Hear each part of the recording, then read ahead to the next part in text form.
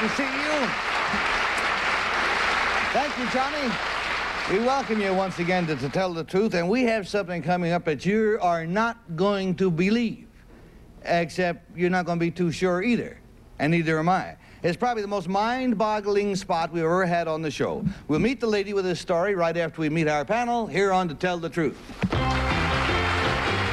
Cass. Bill Collins. Jimmy Carlisle. Wow. And Tom Kennedy.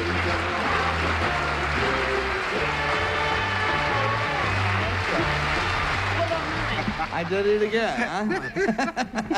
Cruel or what? Hey, I got something to show you, friends. Look at here.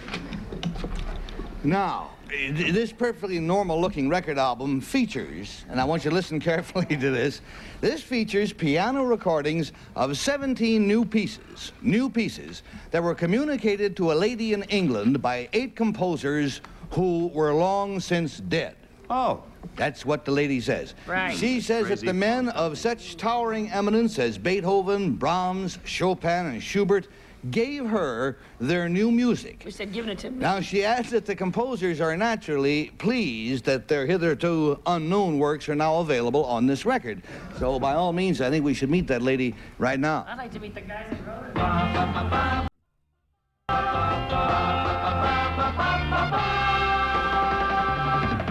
Number 1, what is your name, please? My name is Rosemary Brown. Number 2. My name is Rosemary Brown. Number 3. My name is Rosemary Brown. And, of course, we're going to try to find out which one is the real Rosemary Brown, and here is her amazing affidavit. I, Rosemary Brown, communicate with many of the most famous composers who ever lived, such long-departed musical geniuses as Beethoven, Brahms, Liszt, and Grieg. In fact, they visit me at my home in England. Not only that, they pass on to me all of their new compositions, over 400 in all thus far. These dead musical masters operate in different ways. Liszt controls my fingers over the piano for a few bars, and then I write the music down. Beethoven and Bach sit me down at a table and dictate the notes. Schubert tries to sing the music, but he doesn't have a very good voice. Listen to a few examples. The first was originally dictated to me by the great German composer Ludwig van Beethoven, and he calls it Bagatelle.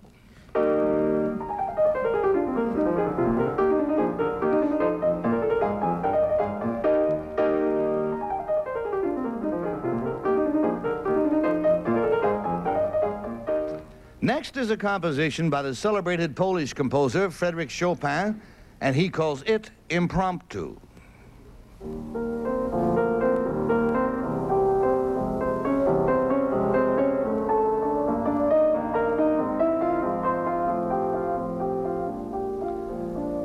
And from the Hungarian composer Franz Liszt, who has often guided my hands over the keys, we have this new work.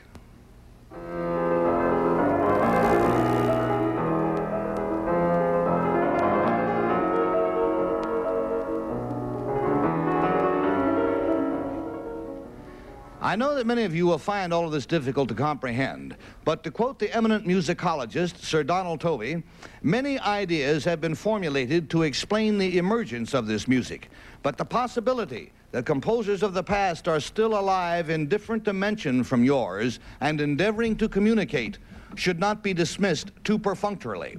Sir Donald Tovey gave me this message in 1970, which in itself is remarkable. Tovey died in 1940. Signed, Rosemary Brown.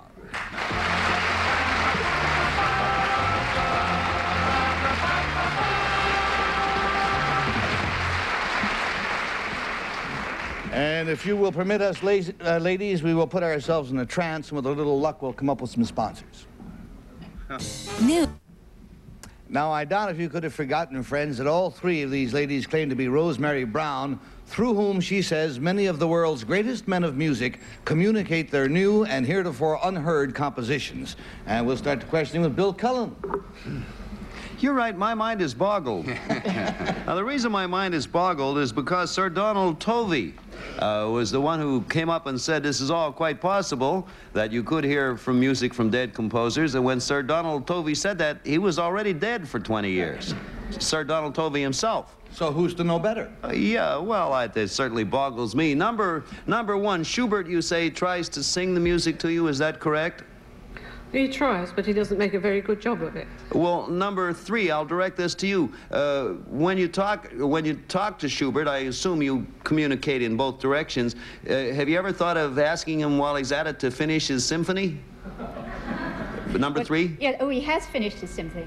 Oh, you had Yes. Schubert's unfinished symphony I have. It's now finished. Yes, How yes, about but it hasn't that? yet. And we go to Kitty. Number two, what was your musical training before this began to happen to you? Oh, well, I didn't really have any musical training. I had a few music lessons when I was a child, but you see, I had so much work to do, keeping my house and bringing up my children, that I didn't have time to practice.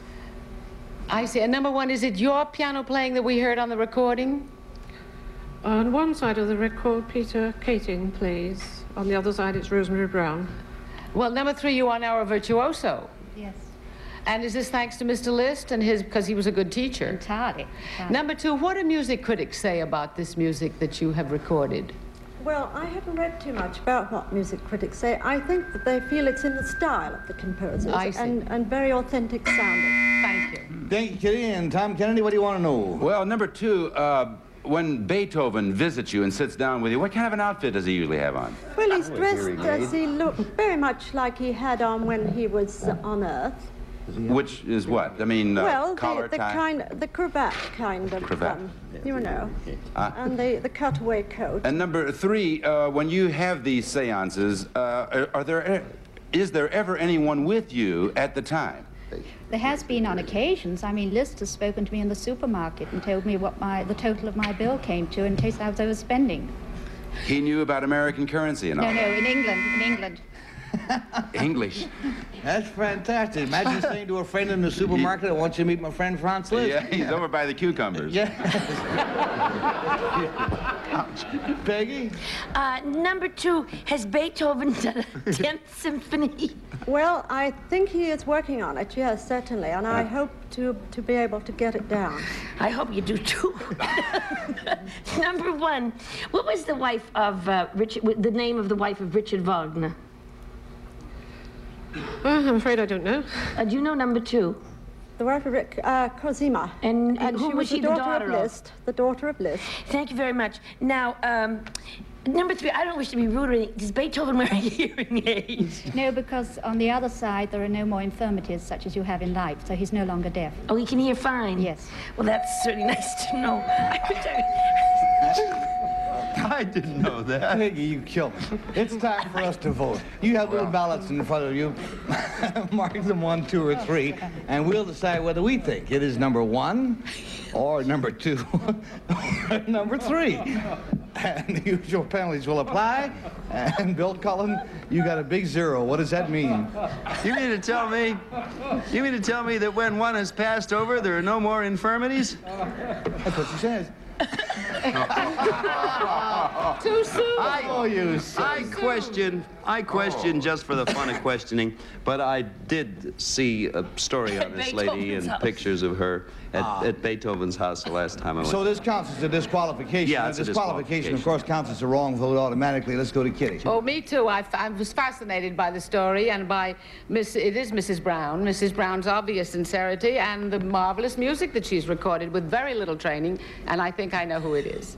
Well, hey, so you too come up with a disqualification. Okay, that counts as 2 wrong votes for the assembled ladies over there. And Tom, have you got an opinion? This may be an all-time first for your show, and I'm sure you'll be happy to know that in the process of interrogating these ladies, one of them reminded me, through her voice, strangely enough, that I had seen her, I believe it was on a late-night talk show recently, and I have to disqualify myself, so I didn't know how you did it, so I put everything down. I got a square, a triangle, and a circle. Well, I never saw her before in my life. You're out boozing up, and we'll watch something late night touch. That's why. It's up to me, team. Did Goodson Todman materialize in your ear and give you an answer? Well, the thing is that number 3 was so happy that Liszt had taught her to play and that poor old Beethoven didn't have to wear a... Wrong. Well, I voted for 3. We've got 3 disqualifications and 1 vote for 3 and Will the Real. Rosemary Brown, please stand up. It's number 1.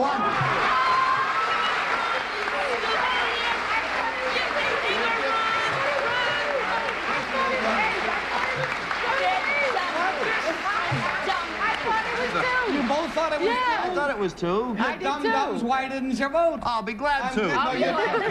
It wouldn't help you anyhow. We have lost $500. You dummies. Ladies, I voted you. I voted for 2. let's find out who these great imposters are. Number 2, what is your real name, please? My and what name do you is do? Flora Armitage, and I'm an information officer at British Information Services in New York. It's been good to have you here. Number 3, the Lone Ranger over there. What is your real name? What do you do? My name is Dorothy Stewart. I'm personal assistant to the Ambassador of Pakistan to the United Nations. Nice to have you. Now, Rosemary's fascinating story is available to anyone in a new book titled Unfinished Symphonies. But I think it's a shame for us to let the opportunity go by without hearing her play. So, Rosemary, would you come over to the piano, please?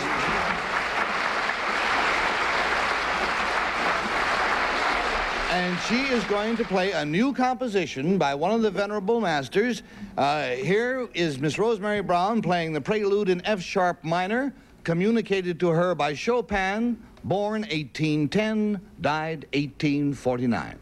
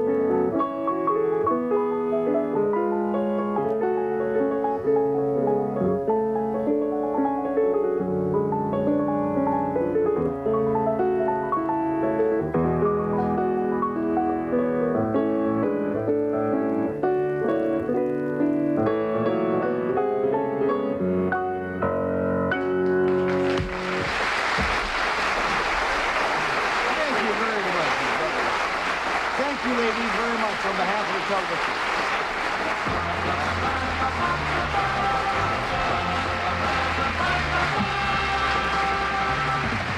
That was pretty. Now, you know, Ivy League students spend their summers in many ways, but few of them have spent a summer like the one that you could either read about in a new book called Watermelon Summer, or you can stay tuned and hear about it right here in just a second or two. Now let's meet a fellow with a summertime story.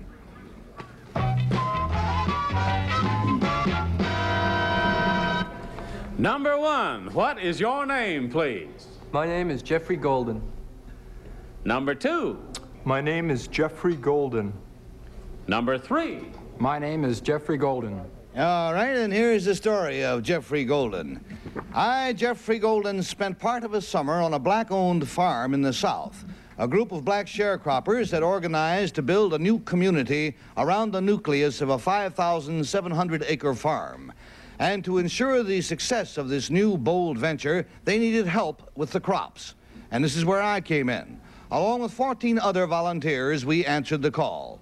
Even though there's nothing glamorous about picking watermelons or weeding out a 72-acre peanut field by hand, the overall experience was most enlightening. I learned there's a vast difference between picking your way through a field of goobers and wading through the tangles of the Ivy League. Signed, Jeffrey Golden.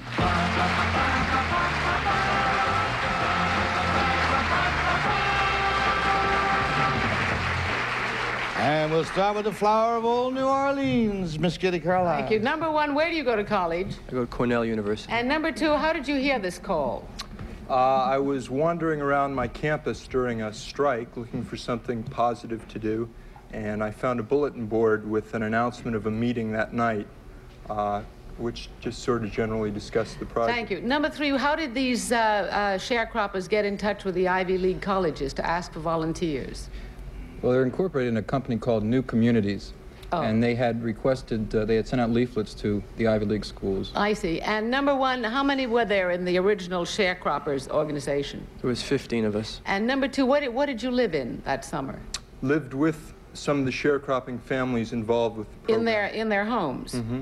And number three. Sorry, Kitty, time is up for you. We're going to go to Tom. All right, number three, what's a goober?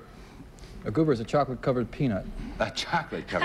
All right, number one, I can understand picking peanuts and throwing them in a bag, but watermelons, how many of those can you pick in a day? Well, we average between 300 and 500, depending on how hot it was and how many hours we worked. Yeah, number two, how close is this city to being completed that they're going to end up with? Real far. It's a real revolution in my mind. It's real different, and it's going to be a matter of decades probably before it takes the form of a city as such. And number three, what kind, do you consider this to be a real revolution also? No, it's a revolutionary idea. Unfortunately, I approach it very optimistically. I'm more pessimistic now than I was then. And it takes us, please, down to Peggy. Number three, where do you go to school? Dartmouth. And number two, where do you go to school? I don't go to school. Where did you go when you read the bulletin board? Harvard University. Thank you. Number one, how do peanuts grow? I mean, up or down or across or what? Well, they grow underground, and you have to... Underground, like roots? Right. Thank you. And number three, how do watermelons grow? They grow above ground, about 1 per every 10 square feet on a vine. Thank you. Now, number two, how much of the crop was the sharecroppers take, and how much belonged to the people who owned the land? The people who own the land well, there's a holding board called New Communities Incorporated, which... Just I want to know the percentage of which is... And from Peggy, we go finally to Bill. Yeah, number two, what is that percentage? There, I'll get it for you. There isn't a percentage as such. Right now, they're not really making a profit. They're doing well just to feed themselves, to feed the families. Didn't get it for you. Number three said he was more pessimistic, I believe, number three, after this was all over than you were before. Is that correct? Yes. Number one, after this experience was over, were you optimistic about the project, or were you pessimistic? Well, I was optimistic only because the people that we worked with down there were very optimistic. And they felt that, you know, it takes time, but in the near future. And number three, what caused your pessimism after having worked this summer, helping out in the farm?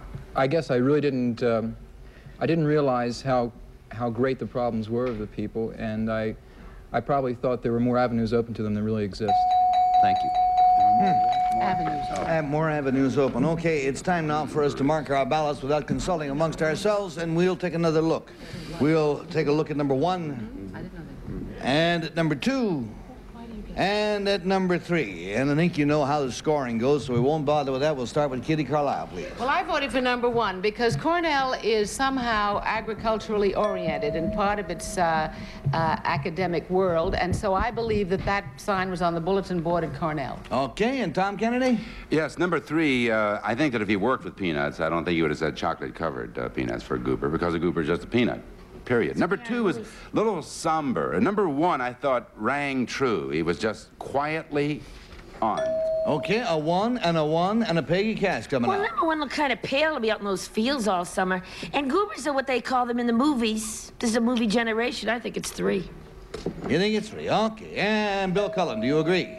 No, I don't. No, the goobers, I know, are just peanuts or beans, goober beans for that matter. I voted for number two because I'm not sure whether he was trying to keep something from us or trying to give us too much. I'm not quite sure, but in any event, I voted for number 2. That's an instinctive vote for number 2, huh? Yes. All right, you might be right. We don't know. The votes are all in. Will the real Jeffrey Golden please stand up?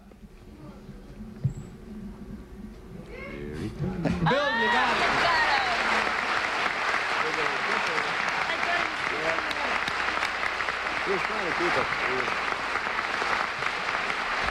Nice job, gentlemen.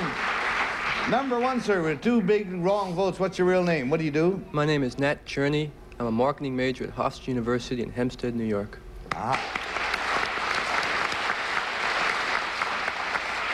And number 3, what is your real name, please, and what about you? My name is Don Kemp. I'm a media planner for Pampers Disposable Diapers at Benton & Bros Advertising.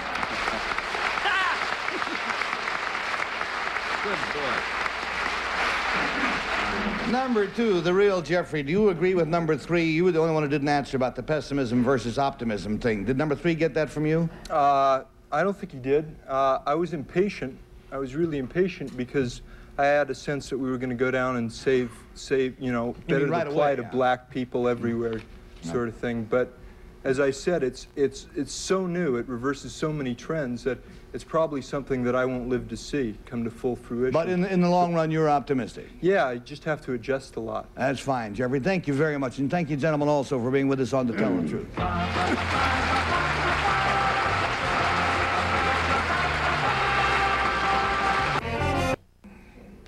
Well, I don't know about you, but I enjoyed myself today. And I'm even going to try it again tomorrow. How about you, Frank? I'll be back. No, I'll be back tomorrow Be here, because friends. I'm in town anyway. Transportation and other consideration provided by Pan American World Airways, featuring Theater in the Air, International Flag Cruise Service, tours on tape, and weather insurance, all new from the world's most experienced airline. Our central characters today get from Miller's Falls, the safest name in tools, a deluxe grill featuring shock-proof protection for the pro or home handyman from Miller's Falls. Prizes or product mentions were furnished and or paid for by the manufacturers or suppliers of the products or services identified on this program. This is Johnny Olson speaking for To Tell the Truth, a Mark Goodson, Bill Todman production.